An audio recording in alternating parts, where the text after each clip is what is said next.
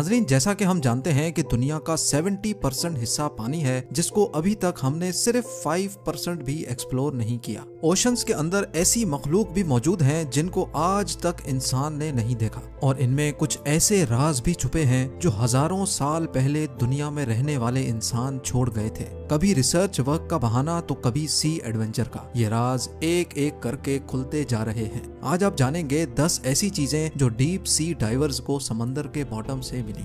Number 10, क्या कभी कोई रिवर समंदर के अंदर मौजूद हो सकती है? जाहिर है इसका जवाब होगा नहीं। लेकिन मेक्सिको के युकाटन पेनिनसुला में स्कूबा डाइवर्स ने समंदर के अंदर एक ऐसा सीक्रेट स्पॉट तलाश किया जहां पर पानी के अंदर ही एक रिवर भी बहती है। जी हाँ, समंदर के पानी के अंदर बहने वाली रिवर असल में हाइड्रोजन सल्फाइड की एक मोटी तह की वजह से बनी थी, जिसके नीचे एक गार से आने वाला सॉल्ट वाटर मौजूद है। इस जगह को सेनोटे एंजेलिटा भी कहा जाता है। स्कूबा डाइवर्स के मुताबिक ऊपर से देखने पर सेनोटे एंजेलिटा बिल्कुल नॉर्मल दिखती है, लेकिन तकरीबन 30 मीटर अंदर जाने के बाद जो मंजर नजर आता है उस पर यकीन करना मुश्किल होता है। नंबर 9, अमेरिका में फ्लोरिडा के बीचेस बहुत मशहूर हैं, जहां पानी के साथ साथ अक्सर सी शेल्स, क्रैब्स और मुख्तलिफ समंदरी मखलूक भी तैरकर साहिल पर आती है। लेकिन अक्टूबर 2012 में पोम्पनो बीच पर मौजूद लोग तब हैरान और परेशान रह गए जब उनको समंदर के साहिल पर एक बहुत बड़ी आंख मिली। जिस आंख का साइज इंसान के दोनों हाथों के बराबर हो, वो देखने में वाकई किसी बहुत बड़े समंदरी मॉन्स्टर की आंख लगेगी। इस आई बॉल की फोटो सोशल मीडिया पर आग की तरह वायरल हो गई। चंद लोगों का ख्याल था कि जिस मॉन्स्टर की आंख तैर कर साहिल पर आ सकती है, वो जरूर साहिल के आसपास ही कहीं भटक रहा होगा। इस खौफ की वजह से लोगों ने फ्लोरिडा के बीचेस पर जाना ही कम कर दिया था। लेकिन जब ये आंख वाइल्ड लाइफ के डिपार्टमेंट में भेजी गई तो वहाँ कई एक्सपेरिमेंट्स और रिसर्च के बाद ये मालूम पड़ा कि ये आंख किसी मॉन्स्टर जायंट की नहीं बल्कि एक नॉर्मल स्वॉर्ड फिश की है, जिसको किसी मछेरे ने पकड़कर उसकी आंख निकालकर वहीं समंदर में फेंक दी होगी। नंबर 8, इजिप्ट के शहर अलेक्जेंड्रिया के साहिल से 6.5 किलोमीटर दूर ठीक इस जगह पर डीप सी डाइवर्स ने समंदर के बॉटम पर कुछ ऐसा देखा जो बिल्कुल भी नॉर्मल नहीं था। जब बात फ्रेंच आर्कियोलॉजिस्ट फ्रैंक गोडियो तक पहुंची तो उन्होंने इस जगह पर तहकीकात शुरू कर दी। हैरत अंगेज तौर पे इस जगह से 64 शिप्स, 700 एंकर्स, सोने से भरे हुए खजाने, 16 फीट लंबे स्टैचूज, टूटी फूटी इमारतों के हिस्से और छोटे छोटे पत्थर मिले जिन पर अजीबो गरीब लिखाई से कुछ लिखा हुआ था। जो खंडरात के नमूने यहाँ से मौसूल हुए वो समंदर के अंदर ही कई किलोमीटर तक फैले हुए थे। मालूम पड़ा कि यहाँ पर 2300 साल पहले इजिप्ट का एक बहुत बड़ा शहर हुआ करता था, जो शायद इजिप्ट का मेन पोर्ट सिटी था और शायद जहाँ से मुल्क के कई कारोबारी मामला चलाए जाते थे। ये पूरा शहर आज थॉनिस हेराक्लियन के नाम से जाना जाता है, लेकिन हजारों साल पुराने इजिप्ट के इस पोर्ट सिटी को सैलाब खा गया या ये सुनामी की नजर हो गया, इसका अंदाजा किसी को भी नहीं है।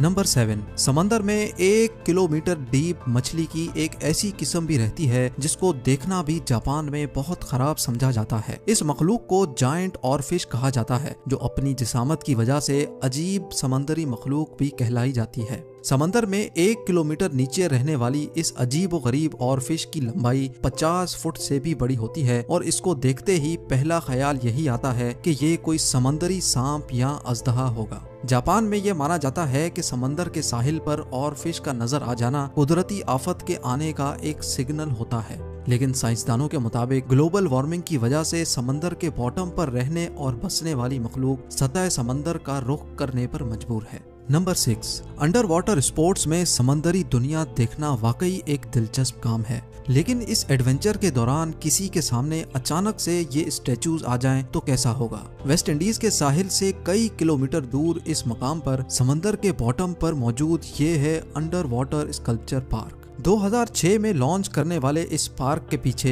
एक ब्रिटिश आर्टिस्ट का हाथ है, लेकिन इस स्कल्पचर पार्क के बनाने के पीछे जो मकसद है वो इस पार्क से भी ज्यादा दिलचस्प है। समंदर में मौजूद छोटी बड़ी चट्टानें मौजूद होती हैं, जिनके अंदर छोटी मछलियां अपने आप को महफूज समझती हैं, लेकिन जिस जगह ये चट्टानें मौजूद नहीं होती वहां जाने से छोटी मछलियां अवॉइड करती हैं। 800 स्क्वायर मीटर पर फैले इस पार्क को बनाने का मेन मकसद छोटी मछलियों को शेल्टर प्रोवाइड करना था। इस आर्टिस्ट का कहना है कि इस पार्क को बनाने के बाद लाखों मछलियों ने इस जगह का रुख किया। इस पार्क में 100 से ज्यादा मुख्तलिफ किस्म के स्टेचूज मौजूद हैं जो देखने में बहुत अनोखे लगते हैं। नंबर 5, जब से ये दुनिया बनी है तब से लेकर अभी तक जितनी भी कौमें यहाँ रहती थी, समंदर उनके बेशुमार राज छुपाए हुए है। इटली के करीब समंदर के बॉटम से डीप सी डाइवर्स को पुराने जमाने में इस्तेमाल होने वाली दवाइयाँ मिली। देखने में ये टैबलेट्स आज के दौर की दवाइयों से काफी अलग दिखती हैं, लेकिन अब मालूम करना था कि इनके अंदर कौन से केमिकल मौजूद हैं और ये किस मर्ज की दवा है। लेबोरेटरी टेस्टिंग से मालूम पड़ा कि ये दवाई कम से कम भी 2000 साल पहले बनाई गई थी, लेकिन इसके अंदर जो इंग्रेडिएंट्स इस्तेमाल किए गए थे वो जानकर तो और भी ज्यादा हैरत हुई, क्योंकि इसमें starch, pine resin, B wax, animal और प्लांट फैट्स के साथ साथ ओलिव ऑयल भी शामिल था। साइंसदानों के मुताबिक ये दवाई आंखों की बीमारी के इलाज के लिए इस्तेमाल की जाती होगी। ये दवाई एक छोटे टिन में अच्छी तरह प्रिजर्व थी और देखने में ऐसा लगता है कि ये हाथों से बनाई गई होगी, क्योंकि जिस स्पॉट से ये दवाइयाँ मिली थी वहाँ से थोड़ा ही दूर एक क्रैश्ड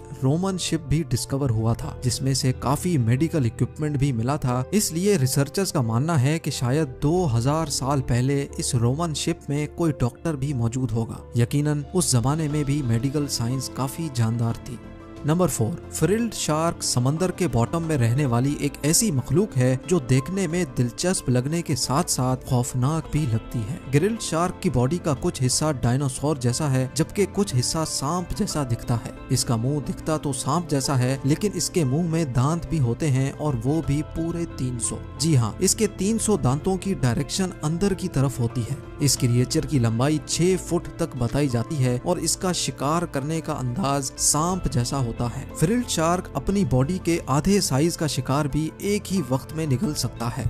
इसके दांतों की डायरेक्शन की वजह से अगर कोई भी चीज इसके मुंह में अंदर चली गई तो उसका वापस आना पॉसिबल नहीं है। 2007 में जापान के एक मछेरे ने फिशिंग के दौरान पहली बार ऐसे क्रिएचर को पकड़ा। वाइल्ड लाइफ के इदारे ने ये क्रिएचर पकड़कर इसको सी वाटर पूल में डाला, जहां उसकी पहली बार वीडियो बनाई गई। उनका कहना था कि समंदर में 1 किलोमीटर नीचे रहने वाला ये क्रिएचर शायद बीमार था, इस वजह से समंदर की सतह पर आ गया होगा। नंबर 3, जिन लोगों को हॉरर मूवीज देखने से डर नहीं लगता वो अमेरिका में मौजूद कैंप क्रिस्टल लेक जरूर विजिट करें, क्योंकि इस लेक के बॉटम में मशहूर horror film Friday the 13th के सीरियल किलर जैसन वोहीस का एक स्टैचू आपका इंतजार कर रहा है। लेक के बॉटम में रखा गया ये स्टैचू अपने मशहूर मास्क और तलवार के साथ खड़ा किया गया है, जबकि इसका मुंह ऊपर की तरफ है ताकि लेक में डाइव करते ही डाइवर्स को खौफ का एक झटका लगे। स्टैचू के मालिक ने बताया कि वो कई सालों से इस लेक में डाइविंग कर रहा है और उसने दूसरे डाइवर्स को प्रैंक करने की नीयत से फ्राइडे द 13th के इस खौफनाक कैरेक्टर को चुना, लेकिन चंद रिपोर्ट्स के मुताबिक अभी ये स्टैचू लेक से हटा दिया गया है। नंबर 2, रिसर्चर्स की एक टीम को वर्ल्ड वॉर 2 में तबाह होने वाले एक फाइटर प्लेन का ढांचा मिला। माइक्रोनेशिया के समंदर के बीचों बीच रिसर्चर्स को वर्ल्ड वॉर 2 में तबाह होने वाले कई फाइटर प्लेन्स, टैंक्स, गाड़ियां और डाइव बॉम्बर्स मिले हैं। आज से 80 साल पहले वर्ल्ड वॉर 2 में 50 जापानीज शिप्स और 230 एयरक्राफ्ट समंदर में क्रैश हुए थे, क्योंकि ये स्पॉट ओशन के बिल्कुल मिडल में है जहां पानी हद से ज्यादा गहरा है। इस वजह से अभी तक कई एयरप्लेन्स और शिप्स का मलबा तो आज तक नहीं मिल सका। इसकी एक वजह यह भी है कि जब प्लेन समंदर के अंदर क्रैश होते हैं तो वो प्लेन जैसे नहीं दिखते, जिनको देखकर अंदाजा लगाना मुश्किल होता है कि ये कोई प्लेन है या फिर कोई समंदरी झाड़ी।